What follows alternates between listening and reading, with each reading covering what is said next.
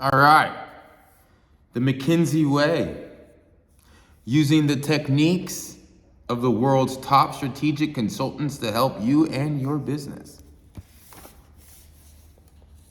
Wow, this is $30. We got part one, the McKinsey way of thinking about business problems. Part two, the McKinsey way of working to solve business problems. And part three, the McKinsey way of selling solutions. Part four, surviving at McKinsey. And five, life after McKinsey. Okay. Let's learn. I like this one. It's pretty simple. It's pretty, it's pretty much tells you just need to read this one. It says, the most valuable lesson. Okay, let's see what he says. Ooh, I like this one. Hold on, we're not there. I gotta remember what page that was. All right, that's 169. But first, I opened up to this one right here. Hold on. Oh, I see the 80-20 rule in this. All right, so that's pretty popular. All right, hit singles. You can't do everything, so don't try. Just do what you're supposed to do and get it right. It's much better to get the first base consistently than to try to hit a home run and strike out 9 times out of 10. Oh, wow. That's a really true saying. Just do it, basically. Here's another one. After this one, we'll go to page 169. Unless I see something else that catches my eye. But here we go. Look at the big picture. Every now and then, take a mental step back from whatever you're doing. Ask yourself some basic questions. How does what you're doing solve the problem? How does it advance your thinking? Is it the most important thing you could be doing right now? If it's not helping, why are you doing it?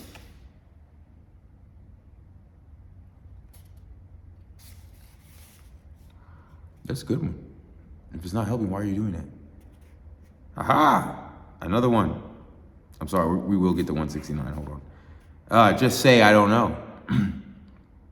The firm pounds the concept of professional integrity into its associates from their first day on the job, and rightly so. One important aspect of professional integrity is honesty. With your clients, your team members, and yourself, honesty includes recognizing when you haven't got a clue, admitting that is a lot costly than bluffing. If that's not the truth, because I have asked people to do things, they tell me they know how to do it, but then in the end, they had no idea. They thought they could just BS it. But the thing that's really difficult about BSing something, all right, I'm gonna tell you something, a little secret. The thing that's really difficult about BSing someone that's a professional is because then you're gonna have to BS professional work, right? Which that's nearly impossible if you're not trained to do professional things, right? So like when you're in first grade and BSing that you know how to do something, like, do you know how to draw off crayons? And you're like, yeah, sure. Even though you've never picked up a crayon before, it's fine. That is perfectly fine. You can go play with crayons as much as you want. No one's gonna care. But if you're like, if someone asks you, do you know metabolic physics or whatever? And you're like, yeah. And then they ask you something and you're like, and when you're in the middle of doing something and you don't know a very basic question, it's really bad, right? Really bad. So be honest with what the things that you do know. Don't just guess and think that you can figure it out, because majority of the time you can't.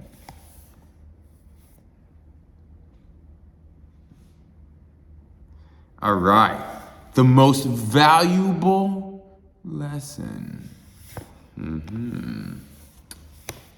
Everyone who enters McKinsey leaves it with a slightly different impression. Although most former McKinseyites have decidedly mixed views of the firm, all would say they learned important lessons there. In writing, well, what's the? Oh, we gotta go through the whole just to tell us what the important lesson is. You gotta tell a story.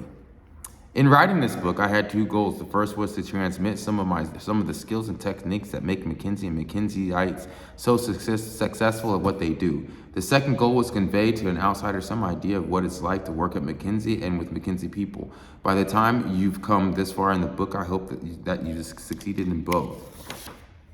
As we reach the final pages, I wanted to share with you the answers to a question that I asked of every former McKinsey I communicated with. What was the most valuable lesson you learned at the firm? Some of the answers involve material you've already seen at some length in this book. Others describe lessons that cannot be taught, only learned. Here, in their own words, are the most valuable lessons learned by a baker's dozen of former McKinseyites.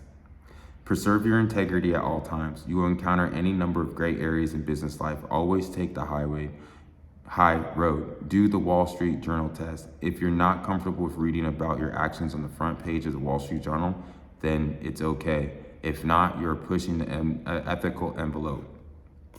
Eric Hartz, okay, from 86 to 95. This is from 89 to 95. And this is from Jeff Sakaguchi. Consulting is best thought of as a profession. Putting the client first is the key to successful client service. To do so, you must maintain your professional objectivity. It has allowed me to stand my ground when a client hasn't heard what he wants to hear, or to walk away when the client doesn't want to work with me, and has helped me focus on what truly drives value for my clients.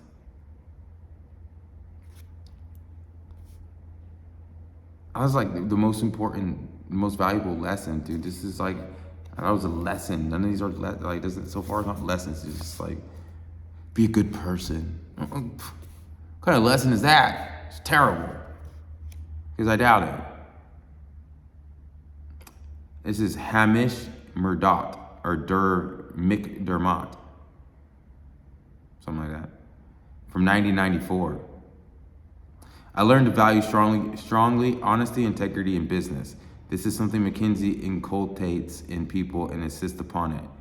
It was a terrible, or seriously, like, what'd you do? You're just, okay, here's another one. Don't fear end products. They go a long way. Generate end products.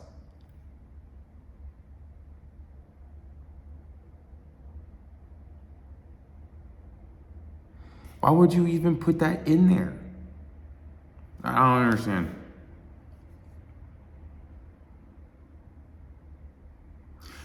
This is the one thing out of the ones that we've read that I will agree with and I support. And just for this one little thing, I will have to say you gotta get this book just for this one. Are you ready? This is the most valuable lesson. I found it. I would rather be surrounded by smart people than have a huge budget. Smart people will get you there faster. Bow! We found it. The little golden piece of nugget. Thank you, Ethan M. Raciel. The McKinsey Way, right here. If you would like to learn more of the McKinsey Way, go ahead and push the button and we'll be taking yourself all the way to Amazon. I'm not 100% sure that I'm going to go through this book at the moment. Although there are pretty much a lot of good little things in here. Let's go over the elevator test real quick and see if I like these little things opposed to the most valuable lesson. That's kind of boring. But we got know your solution. This is the elevator test. Know your solution or your product or business so thoroughly that you can explain it clearly and precisely to your client in 30 seconds. If you can do that, then you understand what you're doing well enough to sell your solution. Bam. And that is the truth. So whatever you do, if you can, well, there's two things. If you can explain it to a 5-year-old to where they understand it, then you understand it well enough. And then also, if you can explain it in 30 seconds or less, then that means that you understand truly what you're doing. And again, click the button, go to Amazon, buy it, tell me what you think.